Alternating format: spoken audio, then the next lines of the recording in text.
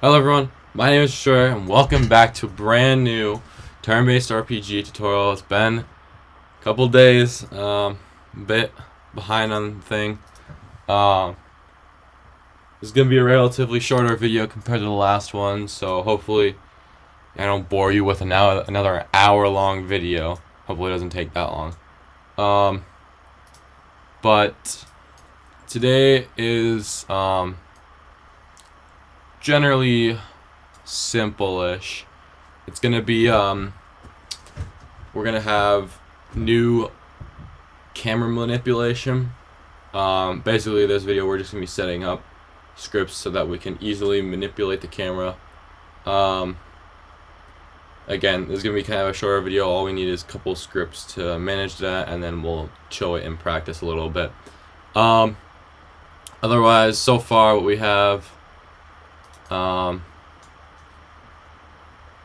is in what? Alright guys, I don't know what that was about. For some reason, I don't know if you could tell, but I was in old save file that apparently didn't save the new version, but we're back. We got it saved. The whole setting up, battle, attack, spawning, all that. We're good now. Anyway, so right now if you look at our screen, we can move around our camera, zoom in and out. You know, basically what I kind of want to do right now for this video, basically we're just going to have the camera set up to be kind of like this, but a little bit more to the right and in like a fixed position. In the actual battle, my plan is that what's going to happen is going to start you kind of like on your face, and you're going to have like this kind of like thinking animation, and you can have like all your, you know, attack, item, all that stuff around you. And then what's going to happen is it's going to turn the camera around, and it's going to face all your enemies, and you're going to be able to click on what enemy you want to like attack on, or if you're using like an item, you're going to be able to also like give it to your players. So then it's going to have like a picture, it's going to go to the camera of all your players. And then you can click on them, and then it will like kind of go up here, and then it will do like all the stuff. Maybe the camera will go up here and it will do it. Maybe the camera will come back here and do it. Maybe the camera will be moving around during a turn. But yeah, this video we're going to be mainly focusing on camera stuff, so let's get to that. So first what we're going to do is we're going to go into Start UI. We're going to be adding in a local script. Now, sometimes people put this in start player scripts. The problem is okay.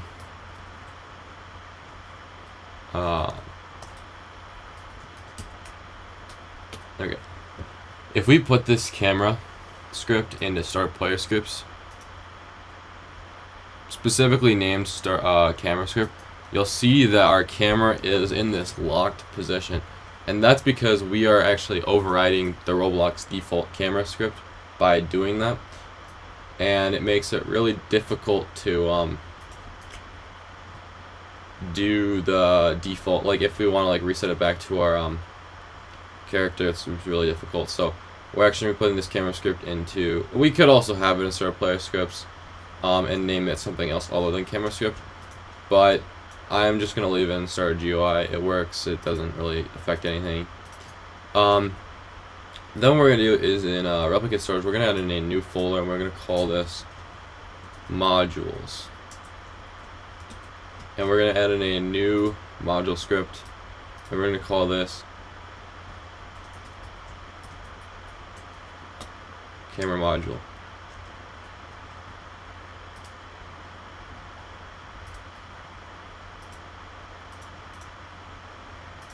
Alright, in our camera script we're going to open it up, and we're going to add in a couple things. We're going to say local replicated storage equals game colon get service replicated storage local remotes equals replicated storage dot remotes local camera equals workspace dot current camera, not camera, current camera. It still works, it's just more reliable if we use current camera. Local player equals game dot players dot local player, and the local character equals player dot character or player dot character added. Oh wait. All right, so by default we're gonna have the camera set to the player. So just in case some stuff happens, we're gonna really quickly set the camera type equal to enum dot camera type dot custom, and then camera dot camera subject equals character colon wait for child humanoid. Now later we are actually going to update this. For now we're just going to keep it here just in case some weird script error happens, but later I plan to have a like menu screen. I want there to be like save files and like all sorts of other cool things you can do in the menu. So we're just gonna leave this like this for now, but in a future video we'll make like a menu with save files and all these other things. Next what we're gonna do is we're gonna add in a few events into our remotes. So we could add one, but just to make this like easier, we're gonna add in a couple. Looks like we need to add in 1, 2, 3, 4, 5. The first one is gonna be called C-frame camera. The next one is reset to player camera. Next one is subject camera. The next one is tween camera. And the last one is type camera. Now again, we could have all these bundled into one and we could just use parameters. I don't really want to do that, so we're just going to leave it how it is. It works. Now what we're going to do is we're going to really quickly write this camera script. So first off, we're going to go remotes dot events dot type camera dot on client event colon connect function cam type. We're gonna copy this. We're gonna paste it, paste it, paste it, paste it. So we got 1, 2, 3, 4, 5 functions, and we can just replace this with tween camera. We can replace this with let's do this one is reset to player. This one will be C-frame camera, and the last one will be subject. Okay, now we got all this. Now we can just finish writing all these up. So we're just gonna set this camera dot camera type equals cam type.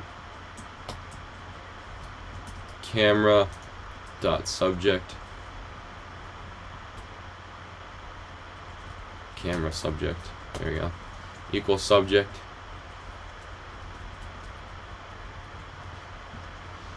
For to rename all these subject, we can just say C-frame.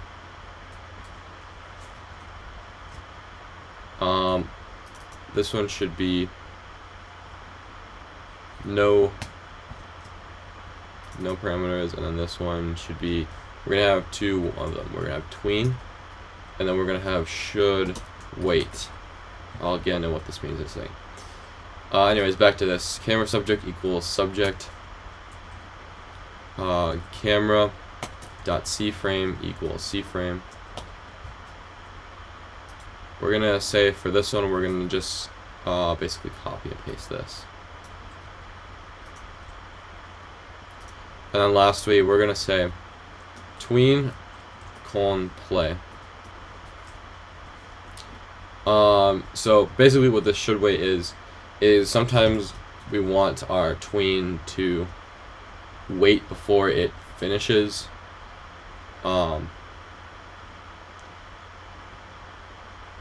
So basically what we're going to do is we're going to go if should wait, then tween play tween dot completed wait. And actually, now rethinking this over, we might actually not want to do this. We might want to make a new one, and we'll just use a remote function for this because this might be better. We're gonna get rid of this. We're gonna say tween wait camera. This one we're just gonna have say tween and then remotes dot functions dot tween wait camera dot on client event. Invoke connect function, and then we can just use tween again.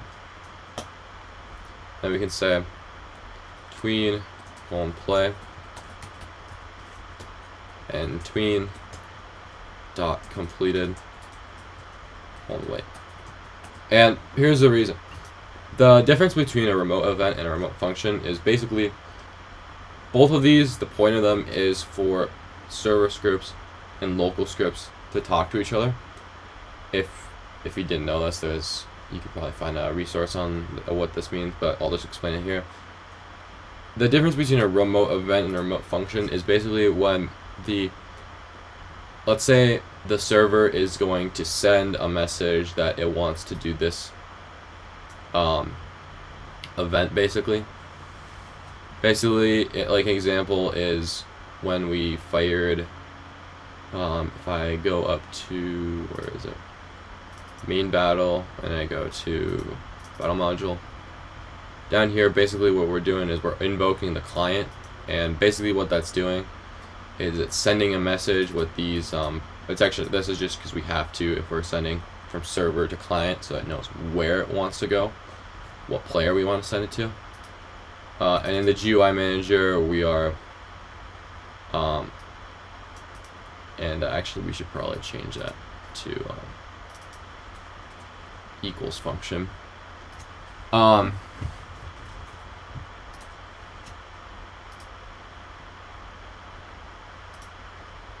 Yeah. So basically,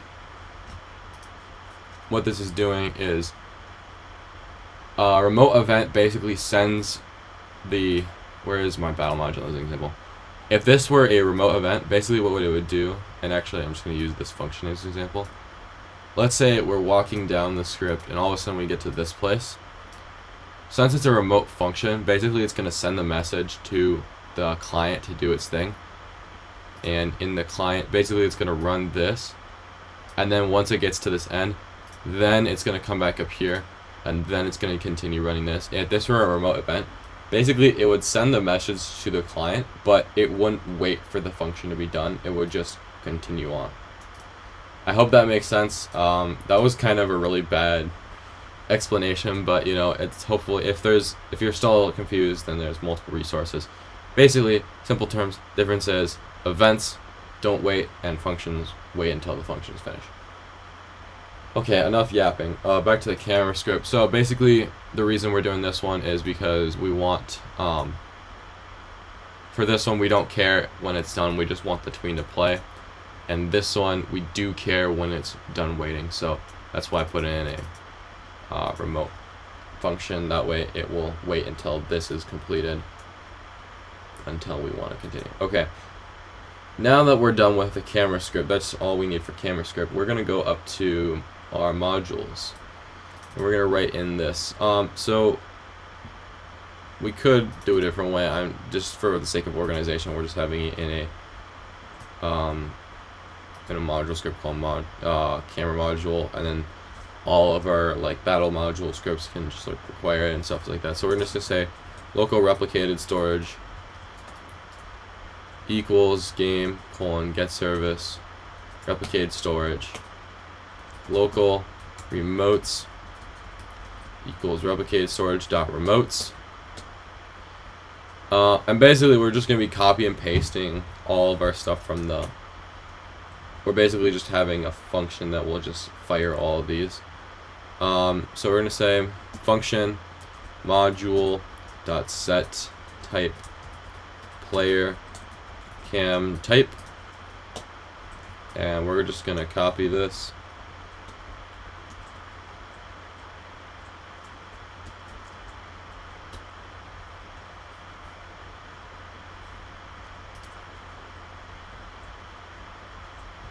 Okay, this one's going to be set subject.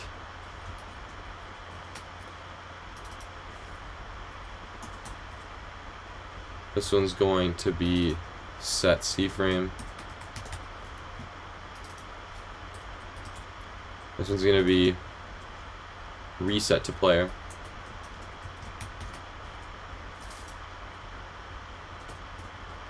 This one's going to be tween camera.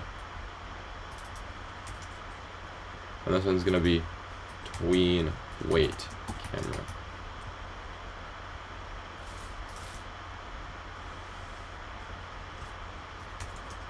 Okay, so now that we have all those, we can just finish writing them. So we're just going to say remotes dot events dot type camera colon fire client player cam type. And we can copy and paste this for almost all of them. We're going to say for this one functions dot tween wait camera colon invoke client.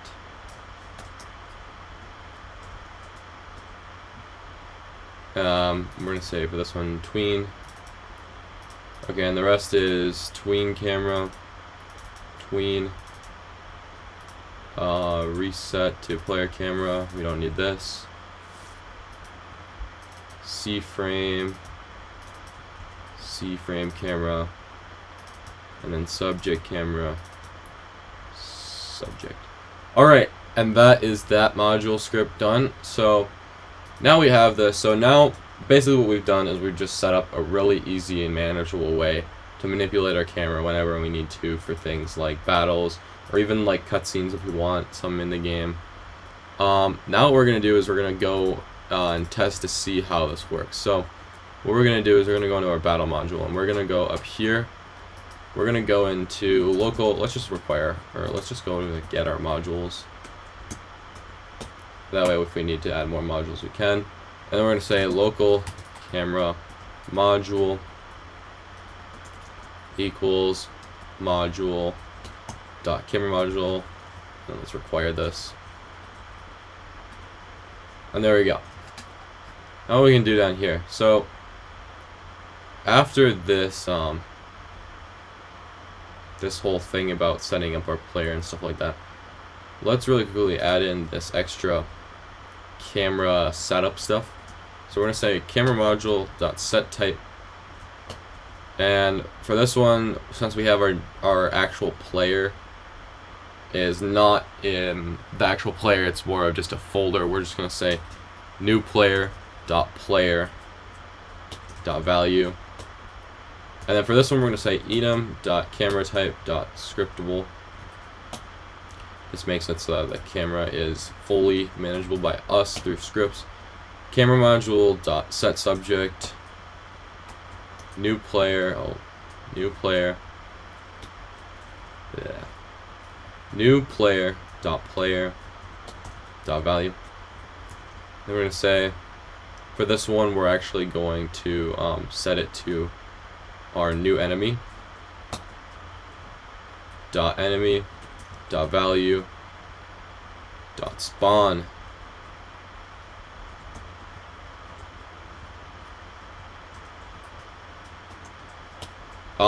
Sorry, we're not setting it to our enemy, we're setting it to the part that our enemy spawns at, which is the base part for the enemy. And then what we're going to say is we're going to say camera module set C-frame new player dot value new enemy dot value dot spawn dot value dot C-frame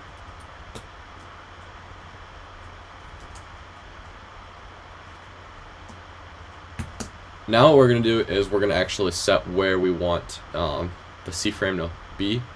So we're going to say cframe.new.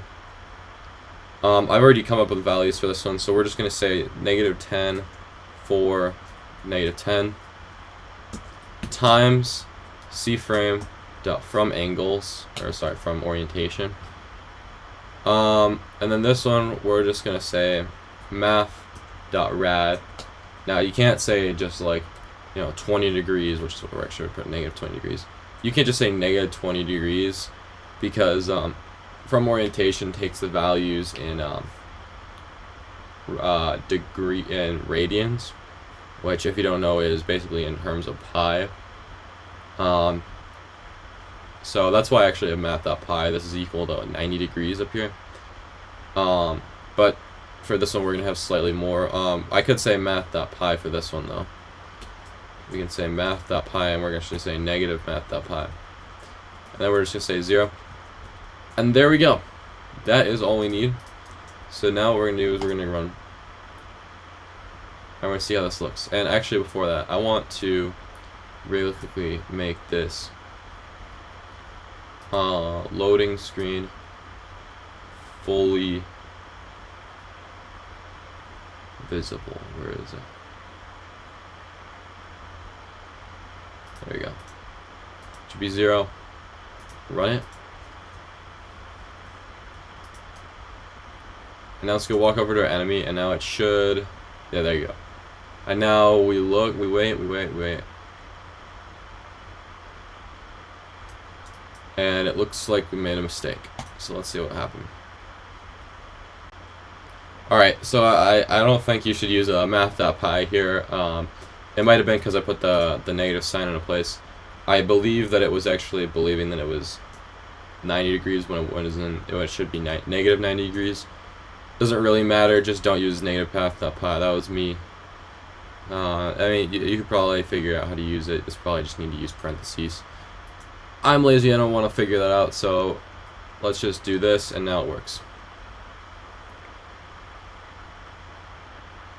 We wait for it, and now we can see you can't right click and move around with the camera, and you can see that our player is right here, our enemy is right here. It has this camera that you can't zoom in and out, you can't do anything with it, it's locked in a fixed state. We got our attack button here, enemy here, player here, boom. Hope you guys enjoyed the video. I actually don't know how long this video is. Hopefully it's not as long as the last video, which was an hour long. I'll try not to do that. Pretty simple video, but you could see how you could do stuff like cool stuff with so far we literally just have a camera. We can manipulate however we want. If you guys want to do something cool with turns, now we can give our animations to our camera with turns. Next video is gonna be big. Next video we're gonna be actually starting the actual round system.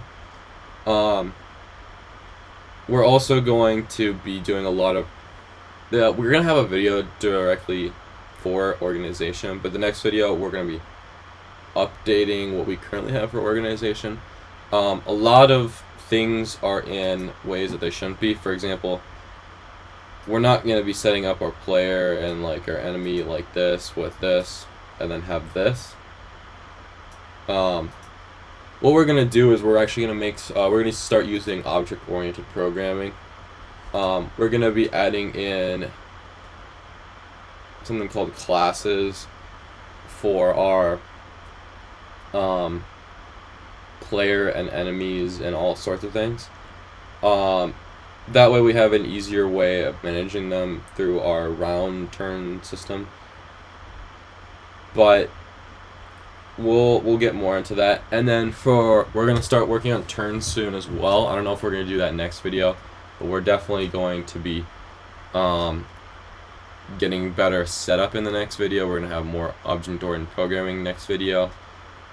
Hopefully we're gonna get to turns next video. I really want to get to turns. The way we're going to do turns is actually, I'm going to make it super easy for you guys to make your own turns. I'm going to give you the direct formula to make your own turns. Later we're gonna be adding things like, you know, not next video, but like later we're gonna be adding things like effects, like for example status effects, so you can have like poison or like burns or whatever. We're gonna add in some inventory stuff so that you can do that. We're gonna probably do data stores a little later, so that you can actually save your data. We're probably gonna do that actually last, which doesn't seem like the best idea, but it's fine. We'll do that last, or close to last. We're gonna start doing. We're gonna add in more enemy types and stuff like that. That way we can have easier way of seeing, like, you know, what kind of enemy we're fighting and what level. We'll do levels, prizes. We're gonna get to party systems. We're gonna get to player joining. We're gonna have I don't know, what are some other things? Magic, spells, shops, currency, lots of good stuff. So might not look like much right now, but if you keep watching this tutorial, you will end up with a good turn-based combat, and I hope you guys enjoyed. Please subscribe. I'm not even gonna, I'm just gonna shamelessly ask, subscribe, please.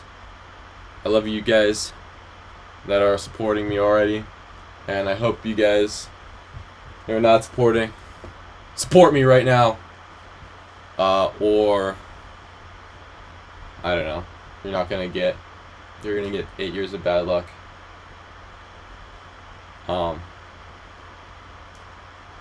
Enjoy reading your guys' comments, so comment, that would be cool too. Like the video, do all sorts of stuff.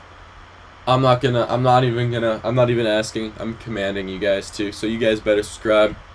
I better see more subscribers. No, in all serious though, thank you guys for watching, appreciate it. And I'll see you guys in the next one. We're gonna do some big things. Bye.